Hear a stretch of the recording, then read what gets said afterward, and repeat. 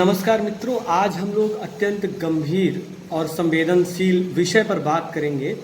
युवा film actor व बहुत ही प्रतिभाशाली सुशांत सिंह राजपूत की अप्राकृतिक मृत्यु के बाद हम लोगों ने देखा कि मीडिया ट्रायल के साथ ही साथ बॉलीवुड को लेकर के तमाम सारी बातें लोग करने लगे।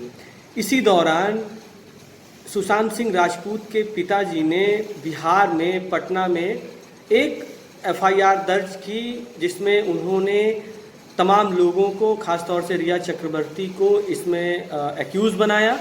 जिसके उपरांत बिहार पुलिस ने इस मैटर की गंभीरता को देखते हुए, जन दबाव को देखते हुए इस पूरे मामले को सीबीआई को सौंप दिया और सीबीआई से विवेचना की, उन्होंने सिफारिश की, इसकी अनुशंसा की। जिसके बाद इस पूरे केस की जो मेन सस्पेक्ट हैं रिया चक्रवर्ती, उन्होंने ट्रांसफ़र पिटीशन माननीय उच्चतम न्यायालय के सामने दाखिल किया और उस ट्रांसफ़र पिटीशन में उन्होंने यह प्रेयर किया कि इस मामले का जो विवेचना है वह सीबीआई से कराया जाए या ना कराया जाए, यह माननीय उच्चतम न्यायालय का निर्णय होगा। लेकिन इसका जो जुरिस्डिक्शन है वह मुंबई पुलिस को है, बांद्रा की पुलिस को है, ना कि पटना पुलिस को है। इसलिए इस मैटर को ट्रांसफ़र करके मुंबई पुलिस को दिया जाए। आज हम लोग रिया चक्रवर्ती के द्वारा माननीय उच्चतम न्यायालय में दाखिल ट्रांसफ़र पिटीशन पर जस्टिस ऋषिकेश रॉय के द्वारा जो 35 पन्ने का 35 पेज का जो उन्होंने निर्णय दिया है, उस निर्णय पर बातचीत करेंगे। और आज हम लोग का विषय है Sushant Singh Rajput case and supreme court judgment. मृतक के पिता के प्रार्थना पत्र के आधार पर, शिकायती पत्र के आधार पर राजीव नगर पुलिस स्टेशन पटना ने अंतर्गत धारा 341 आईपीसी, 342 आईपीसी, 406 आईपीसी, 420, 306, 506 और 120 बी आईपीसी में प्रथम सूचना रिपोर्ट दर्ज किया। और इसमें इस पूरे मामले में ट्रांसफ़र पिटीशन में पिटिशनर ने union of India, state of Maharashtra, state of Bihar और सीबीआई को रेस्पोंडेंट बनाया। सबसे पहले इस मुकदमे में, इस केस में हम रिया चक्रवर्ती की तरफ से उनके अधिवक्ता के द्वारा की गई दलीलों पर अपनी बातचीत करेंगे। उनके अधिवक्ता की तरफ से यह बात कही गई कि चूंकि सारी घटना और सुशांत सिंह राजपूत की मृत्यु बांद्रा में हुई, महाराष्ट्र में हुई, अतः बिहार पुलिस को, पटना पुलिस को एफआईआर दर्ज करने का कोई अधिकार नहीं है। दूसरी बात उन्होंने अपनी तरफ से कही कि चूंकि उनका निवास स्थान केवल पटना में है, इस लिहाज से उनको ये अधिकार नहीं मिल जाता कि बिहार या पटना पुलिस उसमें एफआईआर दर्ज करके विवेचना कर सके। और चूंकि इसमें एफआईआर दर्ज करने का कोई अधिकार नहीं है पटना पुलिस को, और उनको कोई क्षेत्राधिकार नहीं है विवेचना करने का, अतः इस पूरे सब्जेक्ट मैटर को सीबीआई को देना बिहार सरकार द्वारा बिल्कुल गैर कानूनी रिया चक्रवर्ती के वकील के द्वारा कहा गया। रिया के वकील की तरफ से यह भी बात कही गई कि चूंकि पटना पुलिस पर पूरा राजनीतिक दबाव था, इसलिए भी पटना पुलिस ने इस मैटर में एफआईआर दर्ज किया। स्टेट ऑफ बिहार की तरफ से अधिवक्ता ने पिटिशनर के कंटेंशंस को काउंटर करते हुए कहा, चूंकि शिकायतकर्ता की शिकायत संज्ञेय अपराध के होने की बात उजागर कर रहा था, इसलिए बिहार पुलिस की यह कानूनी जिम्मेदारी थी कि इस सब्जेक्ट मैटर पर एफआईआर दर्ज किया जाए। दूसरी चीज़ उन्होंने कहा कि अभी तक इस सब्जेक्ट मैटर में मुंबई पुलिस ने, बांद्रा पुलिस ने कोई विवेचना नहीं की। उन्होंने केवल under section 174, under section 175 CrPC के अंतर्गत सुशांत सिंह राजपूत के अप्राकृतिक मृत्यु पर केवल सीमित रूप से रिपोर्ट या जांच सबमिट किया। आगे अधिवक्ता की तरफ से, स्टेट ऑफ बिहार के अधिवक्ता की तरफ से यह बात दोहराई गई, कही गई कि मुंबई पुलिस की जांच ना तो निष्पक्ष थी और ना ही इम्पार्शियल थी और बिल्कुल प्रोफेशनल तरीके से करी गई जांच नहीं थी। इसमें इस दौरान अधिवक्ता ने यह भी कहा कि जब पटना पुलिस की एसआईटी टीम इस मामले में विवेचना करने के लिए बांद्रा मुंबई पहुंचती है, तो वहां पर एसआईटी की टीम को क्वारंटाइन कर लिया जाता है, उन्हें डिटेन कर लिया जाता है। सीबीआई जांच को लेकर के बिहार स्टेट ऑफ बिहार के अधिवक्ता ने यह बात कही कि एज पर section 6 Delhi police establishment act 1946 special police act 1946 में उसका अनुपालन बिहार पुलिस ने किया है। उन्होंने अपनी सहमति दी। उसके बाद इस पूरे विषय वस्तु को इस निष्पक्ष जांच कराने के लिहाज से मैटर में सही तथ्य को उजागर करने के लिहाज से एक इंडिपेंडेंट सेंट्रल एजेंसी सीबीआई को इस सब विषय के विवेचना का जिम्मेदारी बिहार सरकार ने अपनी सहमति से प्रदान किया। मृतक के पिता की तरफ से अधिवक्ता ने अपनी बात रखते हुए कहा कि यदि पुलिस के क्षेत्राधिकार की अगर बात हो रही है तो सीआरपीसी में section 179 read with section 184 read with section 181 सब क्लास 4। मृतक के पिता की तरफ से अधिवक्ता ने अपनी दलील पेश करते हुए माननीय न्यायालय के सामने यह बात कही कि बिहार पुलिस को पूरा क्षेत्राधिकार है इस पूरे मैटर में एफआईआर दर्ज करने के लिए, और इसका अधिकार उनको section 179 read with section 181 sub clause 4 में साफ साफ यदि अपराध किसी अन्य स्थान पर खासतौर से मर्डर या 406 आईपीसी को लेकर के कारित किया गया है तो पुलिस अपराध के विरुद्ध एफआईआर दर्ज करके विवेचना कर सकती है। दूसरी बात, उन्होंने स्टेट ऑफ बिहार की तरफ से अधिवक्ता की जो तमाम दलीलें दी गई थी उन तमाम दलीलों का उन्होंने समर्थन किया। स्टेट ऑफ महाराष्ट्र की तरफ से उनके वकील ने दलील देते हुए कहा कि सुशांत सिंह राजपूत की मृत्यु के बाद बांद्रा पुलिस ने एक्सीडेंटल डेथ रिपोर्ट तैयार किया, जिसमें उन्होंने फॉरेंसिक रिपोर्ट व पोस्टमार्टम रिपोर्ट को भी कलेक्ट किया। लगभग 56 लोगों का उन्होंने बयान दर्ज किया और उनके वकील की तरफ से यह भी बात कही गई कि सेक्शन 174 में जो प्रावधान है उसका बांद्रा पुलिस ने पूरी तरह से पालन किया, चूंकि ऐसा कोई साक्ष्य नहीं मिला जिससे यह साबित हो जाए कि सुशांत सिंह राजपूत की मृत्यु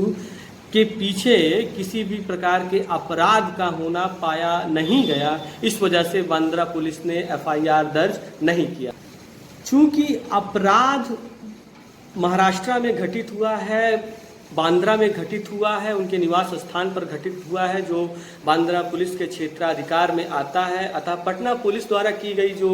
एफआईआर है वो 0 एफआईआर है। अतः उनको पटना पुलिस को इस पर विवेचने का कोई अधिकार नहीं है और उन्हें यह एफआईआर का ट्रांसफ़र बांद्रा पुलिस के पास करना चाहिए विवेचना के लिए। यूनियन ऑफ इंडिया और सीबीआई की तरफ से अधिवक्ता ने यह दलील दिया कि इस मामले में केवल एक एफआईआर दर्ज है जो बिहार पुलिस के द्वारा किया गया है। मुंबई पुलिस ने अभी तक कोई एफआईआर दर्ज नहीं किया है, केवल सेक्शन 174 में एक लिमिटेड इंक्वायरी की है। ऐसे में दोनों राज्यों की पुलिस को इस मामले की विवेचना से दूर रखते हुए central bureau of investigation central agency से इस मामले की विवेचना कराया जाना न्याय संगत होगा और न्याय हित में भी होगा। अब हम लोग तमाम जो दलीलें पेश की गई सभी पक्षों की तरफ से, उसके उपरांत माननीय सुप्रीम कोर्ट ने इस पर क्या फैसला दिया, हम लोग इस पर बातचीत करेंगे। तो सबसे पहले बात जो माननीय उच्चतम न्यायालय की तरफ से कही गई वह यह आई कि अभी तक मुंबई पुलिस ने एफआईआर दर्ज नहीं किया है, केवल limited inquiry under section 174 CrPC किया है। मुंबई पुलिस पॉलिटिकल प्रेशर में काम कर रही है, उसने निष्पक्ष रूप से और प्रोफेशनली कोई उसने जांच नहीं किया है। और सबसे बड़ी चीज़ कि बिहार पुलिस की एसआईटी टीम जब बांद्रा पहुंचती है विवेचना के लिए तो उसमें मुंबई पुलिस ने पॉलिटिकल प्रेशर की वजह से पूरा बाधा उत्पन्न किया उस विवेचना को करने को लेकर के, जो कहीं ना कहीं इस मामले में सस्पिशन और मुंबई पुलिस के और महाराष्ट्र सरकार के मॉडिफाइड इंटेंशन को जाहिर करता है। माननीय उच्चतम न्यायालय ने Arnab Goswami versus union of India के केस को रेफर करते हुए यह कहा कि एक्यूज को, कल्प्रिट को, अभियुक्त को यह अधिकार नहीं है कि वह इन्वेस्टिगेटिंग एजेंसी को चूज करे। यह अनिवार्य रूप से उजागर होना चाहिए कि सुशांत सिंह राजपूत की मृत्यु नेचुरल डेथ थी अथवा वह उनका सुसाइड करने का अपनी स्वेच्छा से उन्होंने सुसाइड किया, यह तथ्य उजागर होना चाहिए। और यह भी या तो फिर यह बात आनी चाहिए कि क्या इस मामले में किसी भी प्रकार से आपराधिक मानसिकता या किसी प्रकार से अपराध तो सुशांत सिंह की मृत्यु में कारित तो नहीं किया गया है। और इसको पता करने का केवल एक ही आधार लीगल क्रेडिबल इन्वेस्टिगेशन ही हो सकती है और कोई दूसरा तरीका नहीं हो सकता है कि हम पता लगा सकें कि सुशांत सिंह राजपूत की मृत्यु किसी आपराधिक साजिश और आपराधिक गतिविधि की वजह से तो नहीं हुई है। Ramachandra Singh and other versus state of Tamil Nadu में honourable justice V R. Krishna Iyer के जजमेंट को साइट करते हुए माननीय उच्चतम न्यायालय ने यह कहा कि सेक्शन 406 सीआरपीसी केवल केसेस और अपील्स के ट्रांसफर की बात करता है। इसमें ऐसा कोई प्राविधान नहीं है जिसके माध्यम से किसी भी मामले की इन्वेस्टिगेशन को एक पुलिस स्टेशन से दूसरे पुलिस स्टेशन में ट्रांसफर किया जाए। माननीय उच्चतम न्यायालय ने Lalita Kumari versus state of UP case को रेफर करते हुए यह बात कही कि संज्ञेय अपराध होने की दशा में एफआईआर दर्ज करना पुलिस की कानूनी और विधिक जिम्मेदारी है। और इसके साथ ही साथ सेक्शन 177 सीआरपीसी की बात करते हुए माननीय उच्चतम न्यायालय ने यह बात भी कही कि यदि कोई अपराध एक से अधिक कई स्थानों पर घटित हुआ है या एक स्थान के बाद कई स्थानों पर अपराध घटित होने की बात पाई गई है तो उस स्थान की पुलिस या उस स्थान का कोर्ट उस मैटर में एफआईआर दर्ज करके विवेचना करके ट्रायल कर सकता है। जहां जहां पर भी वह घटना, वह आपराधिक घटना घटित हुई, उस तमाम विभिन्न क्षेत्रों और पुलिस स्टेशनों और न्यायालयों की पुलिस इसमें विवेचना व ट्रायल करने का अधिकार रखती है। RD. Thakkar versus state of Gujarat के केस को भी रेफर करते हुए माननीय उच्चतम न्यायालय ने साफ साफ कहा कि किसी भी पुलिस अधिकारी को टेरिटोरियल जुरिस्डिक्शन, टेरिटोरियल ग्राउंड के आधार पर विवेचना करने से नहीं रोका जा सकता है। अपने जजमेंट में माननीय उच्चतम न्यायालय ने कहा कि पटना पुलिस के द्वारा किया गया एफआईआर व विवेचना विधि सम्मत है, उन्हें पूरा अधिकार है इस मामले में विवेचना करने का व एफआईआर दर्ज करने का। और एफआईआर और इन्वेस्टिगेशन का ट्रांसफ़र मुंबई पुलिस को किया जाना कतई विधि सम्मत नहीं होगा, यह गैरकानूनी माना जाएगा। बिहार गवर्नमेंट के द्वारा section 6 Delhi special police act 1946 के अनुपालन में पूरे दोनों इस मैटर को, इस मामले को, इस संवेदनशील विषय वस्तु के इन्वेस्टिगेशन के लिए सीबीआई को रेफर करना एकदम विधि सम्मत व कानून के दायरे में है, ऐसा सुप्रीम कोर्ट ने कहा। अंत में अगर हम इस पूरी बातचीत को और इस पूरे विश्लेषण को कंक्लूड करें तो हम कह सकते हैं कि माननीय उच्चतम न्यायालय ने आर्टिकल 142 कॉन्स्टिट्यूशन के द्वारा प्रदत्त शक्तियों के आधार पर ट्रांसफ़र पिटीशन जो रिया चक्रवर्ती के द्वारा दाखिल हुई थी उसके कंटेंशंस को खारिज करते हुए मैं मामले की विवेचना को सीबीआई को रेफर किया और पटना पुलिस के एफआईआर को